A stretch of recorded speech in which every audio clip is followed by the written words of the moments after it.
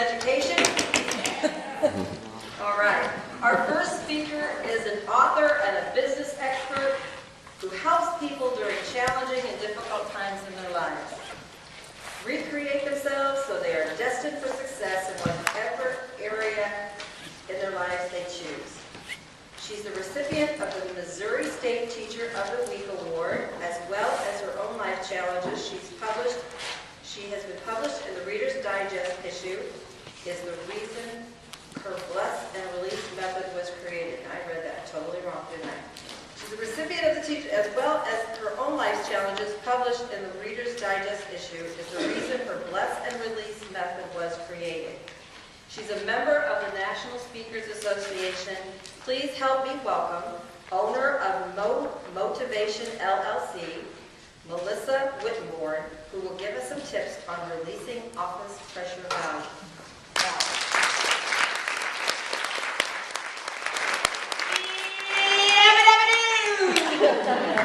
Do you guys remember Fred Flintstone? Yeah. As soon as that whistle blew, he was shouting, yabba-dabba-doo. So there's your tip. When somebody's yelling at me in the office, you go, yabba-dabba-doo. I'm just kidding, but that reminded me of that when I found that ridiculous picture for my PowerPoint presentation.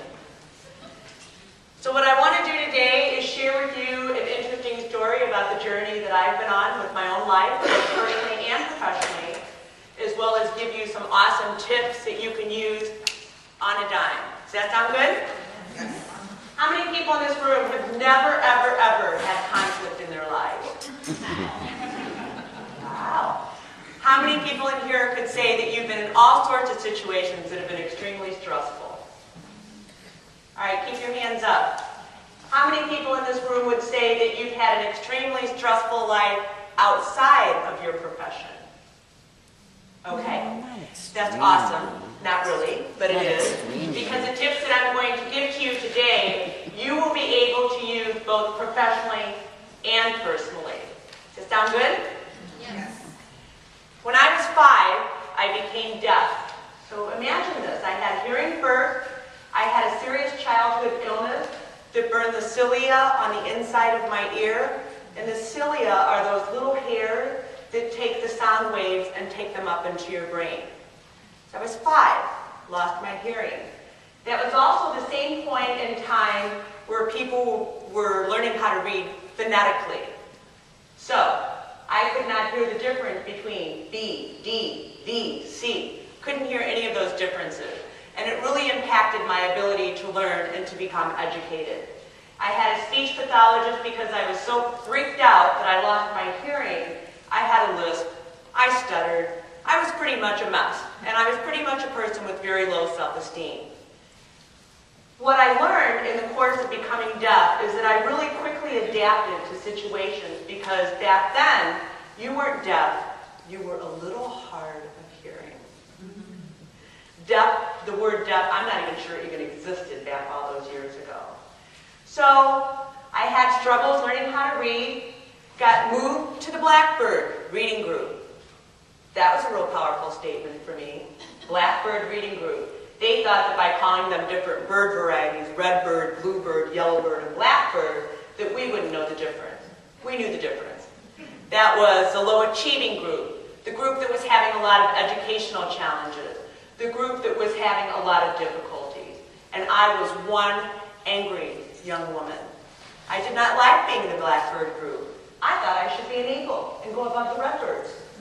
So I struggled a lot in my education. I decided that I wanted to be in the redbird group, so that was my own personal goal. So I made sure that that happened. Did it happen right away? Of course not. But it did happen by the time I approached middle school, and I did graduate with honors in high school. I then told my parents, I want to go to college. Back then, women were supposed to stay home and make babies. They were not supposed to go to college. So, being the rebellious kid that I was, I told my father, you know what? I'm going to go to college anyway. So I worked myself through college. Went to the local state university, which was in Missouri, and did 2 majors in 4 years. also graduated with honors going to a very large university. How did I do that? Well, I became known as the geek because what I did is I went and sat in the front row, which is a big no-no, as anybody knows who's that age. Or I would sit close enough where I could do the lip reading and everything that the speech therapist had taught me in my grade school years. I was done stuttering, I was done with the lisp, and I was ready to empower myself. Got out of college, had a couple of children after I got married, one who had some unbelievable health challenges. When he was in high school, he kept passing out. So we took him to various doctors. One of the doctors even went so far to say that because I sent him to an academically challenged school, that I was putting pressure on my child and making him pass out. Nothing could have been further from the truth because my son chose to go to this school. So I did not feel like that was a very relevant thing. And let's just say I wasn't real sweet to him.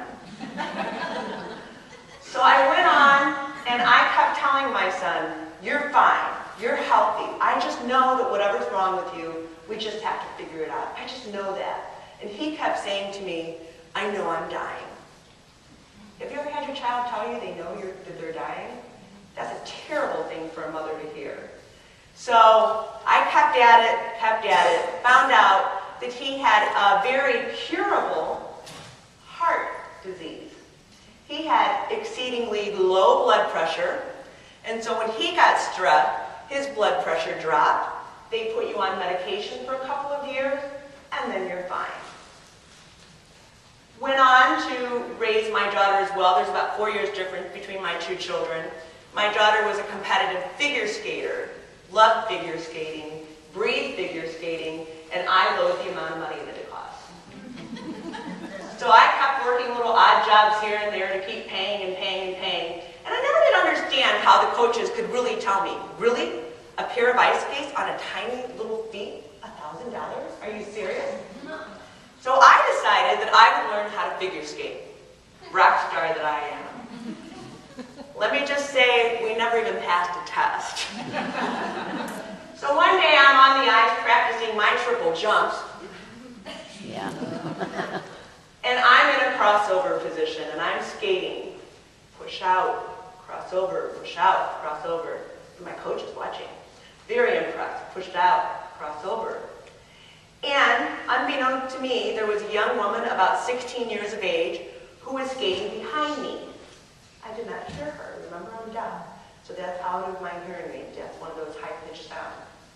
She comes, and as I'm in a crossover position, her blade locks into my back foot, and when she pulls it out, she flips me onto the back of my head, where I immediately became unconscious.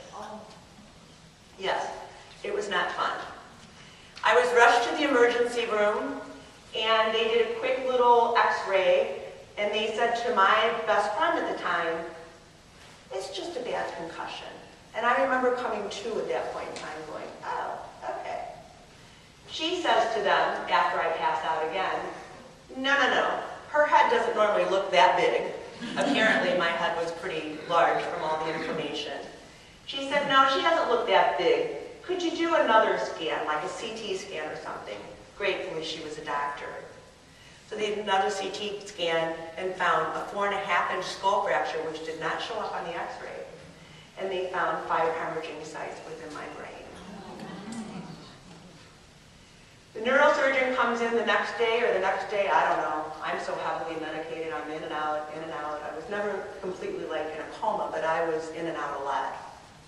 He comes in and he takes my hand ever so gently, pats it, and says, you have a serious injury. And I said, oh, I wondered why I saw the neurological ICU sign when you were wheeling me in. I thought it was a great place for them to observe me overnight. No idea. So he proceeds to tell me what I just shared with you. And he says, we have to go in and do surgery right away because you have such a high risk of throwing an aneurysm. You will die without this brain surgery. Well, now death was not in my realm of consciousness at the time. So I asked him, I said, what's my base cut? best case scenario. He said, best case, assisted living. Think about that. I'm in my 40s. I've got 2 teenage children at home. I have a husband who's totally freaking out on me, which is not what I needed at the time. And they tell me my best case is assisted living. I didn't like that choice, and I told them so. I said, no, when I was in college, I spent a lot of years studying psychology, and I'm here to tell you I am not ready to leave. I am not going to die, and if I did die, if you felt like this, you'd be okay with it too. I'm not going to do it. My husband said, I'll sue you for mental incompetency. I told him that I wasn't feeling well again because he's not good with the pitching of the cookies, which was nonstop with a head injury. So he skedaddled, and I buzzed the nurse and removed him from my health power of attorney because that was a very frightening thing to me because he was doing what he wanted to do for himself and not what we had talked about. And we were one of these couples that talked about this a lot. Neurosurgeon comes in with the nurse, has all these papers, and I said, I'm not going to sign that. I don't want the surgery. Said, why in the world not? I said, because I want to live like I lived before the accident. He said, well, that's impossible. And I said, oh, no. Nothing's impossible. And you, of all people, should know that. I still have my brain. I still have my faculty. Watch me. I'm going to heal myself.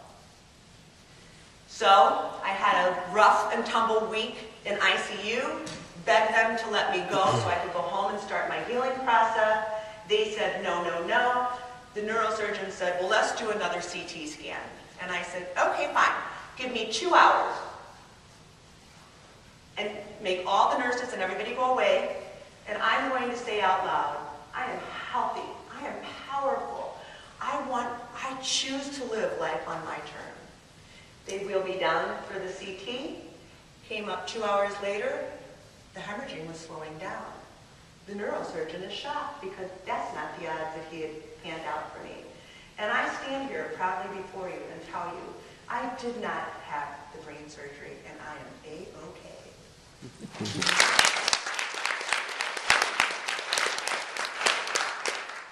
What I learned in the ICU unit is what I'm going to share with you today. What I learned is the power of your words that I studied for years in college. The power of your words has a serious implication to you. How many of you think that you eat relatively healthy or at least make the sad attempt to?